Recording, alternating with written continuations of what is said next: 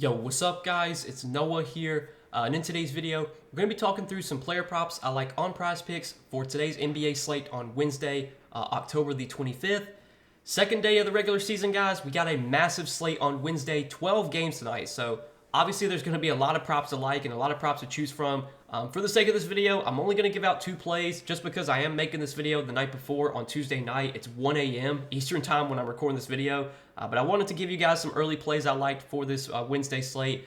I will be posting more plays in my Patreon. I'll post those later on Wednesday afternoon once we get the full board up. Once we get like fantasy scores up. Fantasy scores are what I really like to look at. Once those get posted and I can dive through everything, take a look at everything, I'll share some more plays over on Patreon. So if you guys do enjoy these Prizepicks videos and you want more Prizepicks plays from me, you can check out the Patreon linked down below in the description.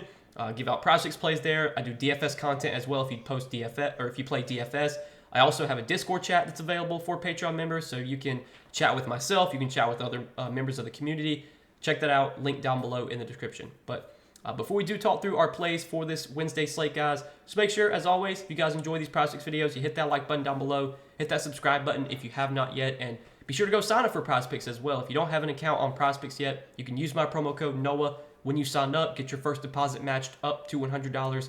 And I do also want to give a shout out to Sleeper because we are partnered up with Sleeper, guys. And if you have never heard of Sleeper, they are an app similar to Prizepicks and a lot of these other DFS pick'em apps. But on Sleeper, they do offer a dynamic payout system. So what that means, Sleeper is able to basically adjust the payouts, whether based on the odds of a certain play hitting, kind of similar to a sports book, but on Sleeper, it is a dynamic payout system. So that does allow Sleeper to offer props that Prizepicks can't offer. Obviously, Prizepicks has to offer props that are pretty much like an even money 50-50 type bet because the payout doesn't change whether you take the over or the under. Well, on Sleeper, it's a dynamic payout, so you can offer props like triple doubles and double doubles. And if you have like a really good feel, like let's say a guy like LaMelo Ball, obviously Prizepicks is not going to put up a prop for LaMelo Ball to get a triple double because the under would be so heavily favored.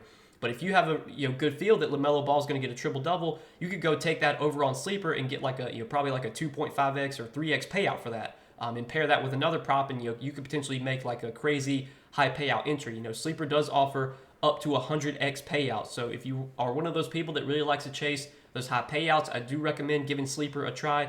They offer, Sleeper offers a ton of promos. They do a ton of free squares, discounts, stuff like that. You want to be taking advantage of all that stuff. Sleeper does run a lot of discounts. And I'm pretty sure they do have now for new users. If you're a new user, you do get a free square as soon as you deposit with my promo code Sleeper. I think they're doing it for like all the affiliates. So if you guys don't have an account on Sleeper yet, use that promo code NOAH and you will get your first deposit matched up to $100. But let's go ahead and talk through this Prizepicks slate, some plays I like for Wednesday night slate. We're going to give out 2 picks in this video, guys. I know people are probably going to be mad that I'm only giving out 2 picks on a 12-game slate. But again, I'm recording this video at 1 a.m. I just wanted to get out some early plays I like for you guys. I do want to recap our plays from Tuesday night. Unfortunately, Tuesday night did not go well for us. We gave out Austin Reeves points prop. We took that over 14.5. I felt really good about that play. Reeves didn't have the greatest game overall. He had a rough shooting game. I think he shot 4 for 11. He also missed a couple free throws. He missed a technical free throw late in the game that would have put him over his points prop. Wound up coming up 1 point short. He lost by the hook, finished with 14 points. We took him over 14.5. That was super frustrating. I know Prizepicks did put a taco up for Austin Reeves. That they did discount his projection down to 10.5. So if you took that, hopefully you won off of that.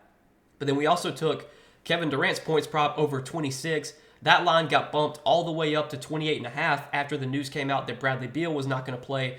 So we got some great value on that Kevin Durant prop, and go figure, Kevin Durant has a terrible game, really inefficient shooting game from him, shot 7 for 22. It is what it is, man. I would have bet that 100 times out of 100 if you told me, we were going to get that prop at 26 and it was going to close at 28.5. That was some great value that we got on that KD prop. I did not expect Beal to get ruled out. That was kind of unexpected, but that did wind up breaking our way. Sometimes news breaks your way like that. And then, unfortunately, it didn't really break our way because KD had a bad game. But I would have bet that play again. Felt really good about that one. The Beal news, obviously helped us. But KD just had a really bad shooting game. Reeves and KD, they combined to shoot, I think, 11 for 33. So that was frustrating. We got the volume, just didn't get the efficiency. And that kind of, that can happen sometimes in NBA. But it is what it is. You move on to the next slate. We got a big slate for Wednesday. And I got 2 props I like, guys. So let's talk through them. Let's talk through the 2 plays I like for today. we're going to start off with the points prop first, and then we're going to take a look at a rebounds prop I like. But for the points prop, we're going to be looking at Obi Toppin, his points prop of 10.5, and I like the over here for Obi Toppin, so more than 10.5 points. Now, obviously, Obi Toppin is on a new role here, a new team. He's with the Pacers.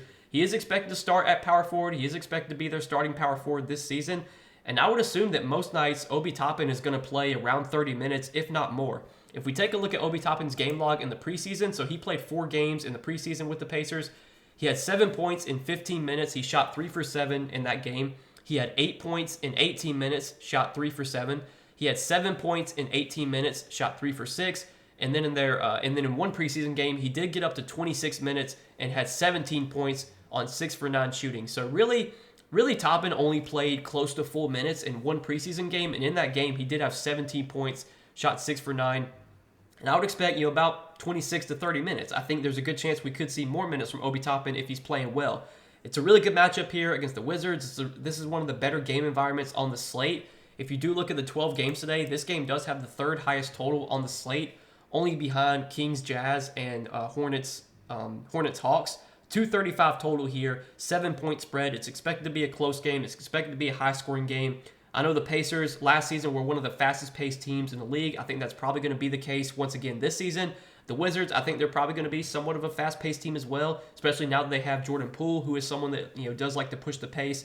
So this should be a fast-paced, high-scoring game. We should see a lot of points scored in this game.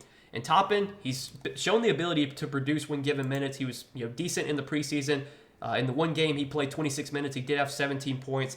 And if you take a look at when he was on the Knicks, now obviously it's hard to look too much into that data because he was on a different team on a different role. But Obi Toppin did play at least 28 minutes in 11 games when he was on the Knicks. And in those 11 games, he went over this points prop in all 11 games. He had at least 14 points in all those games. There was a couple of games where he had some high point games. Like one game he had 42 points. I know it was last season, towards the end of the season, Toppin was getting a lot of run for the Knicks, and he showed the ability to score a lot in those games. He's a good player. I don't think Obi Toppin's a bad player. I think he's someone that can produce when given opportunity, and he's got the opportunity now with this Pacers team.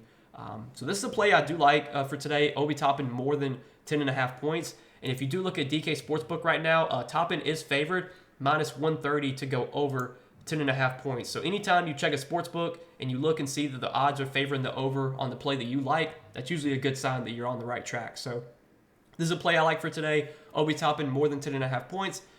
And then the other play I like is going to be a rebounds prop, and we're going to look at Daniel Gafford's rebounds prop of 6, and I also like the over here. So we're going to be kind of doing a little same gamer, sticking two plays from the same game. I think there is kind of some correlation here. If this game winds up being high scoring, winds up being competitive, you could be in good shape with both these plays.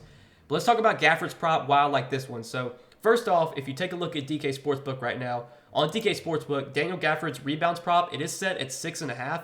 And it's pretty much even money. Minus 105 on the over, minus 120 on the under. Juice slightly favoring the under, but this line should probably be 6.5 on Prizepicks and not 6. So I think we're definitely getting some value on this line coming in at 6. And I really like this spot for Daniel Gafford this season as the starting center for the Wizards. We don't have Kristaps Porzingis on this team anymore, so Gafford is going to start at center. And I think most nights we can expect Gafford to play about 24 to 30 minutes, kind of somewhere in that range, probably like 25, 26 minutes. The only concern I have with Daniel Gafford is that he does get in foul trouble a lot, and sometimes he can get his minutes cut down because of foul trouble. But when he's not in foul trouble, we usually will see Gafford get probably mid to high 20s minutes.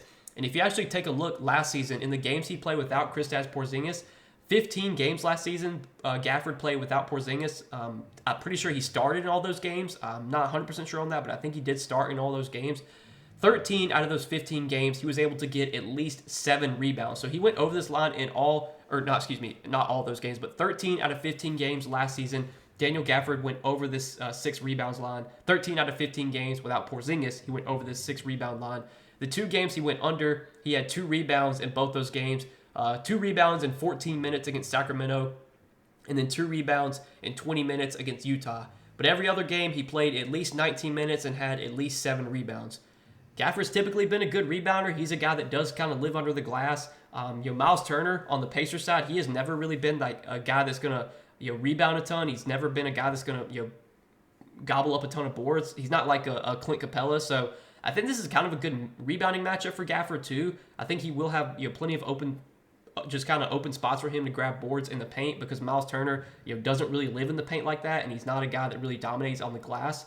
So I like Gafford's chance of getting 6 rebounds here. I think the playing time is going to be there. It's a good matchup. It's a fast-paced game. Really, all the boxes are checked, I think. And with this line being at 6.5 at even money on DK Sportsbook, and we're getting it at 6 on Prizepicks, well, that makes the over look even better. So these are 2 props, guys, that I do like for this big Wednesday slate. I know 2 plays on a 12-game slate. You guys probably don't like that.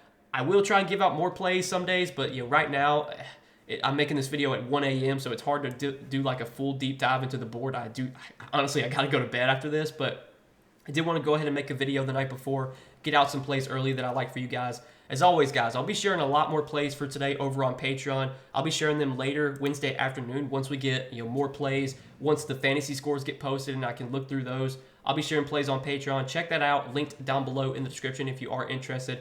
But as always, hope you guys enjoy these Prizepicks videos. I hope they do help. Make sure you hit that like button down below if you guys enjoyed. Hit that subscribe button if you have not yet. And if you guys don't have an account on Prizepicks yet, sign up, use that promo code NOAH, get your first deposit matched up to $100 when you sign up for Prizepicks with my promo code. But good luck tonight, guys. Thanks for watching the video. As always, let's make some money tonight. Let's bounce back after taking a loss on Tuesday. That was frustrating, obviously, but let's bounce back today, get a win on these 2 plays, and hopefully have a good day. But good luck tonight, guys. Thanks for watching. See you in the next video.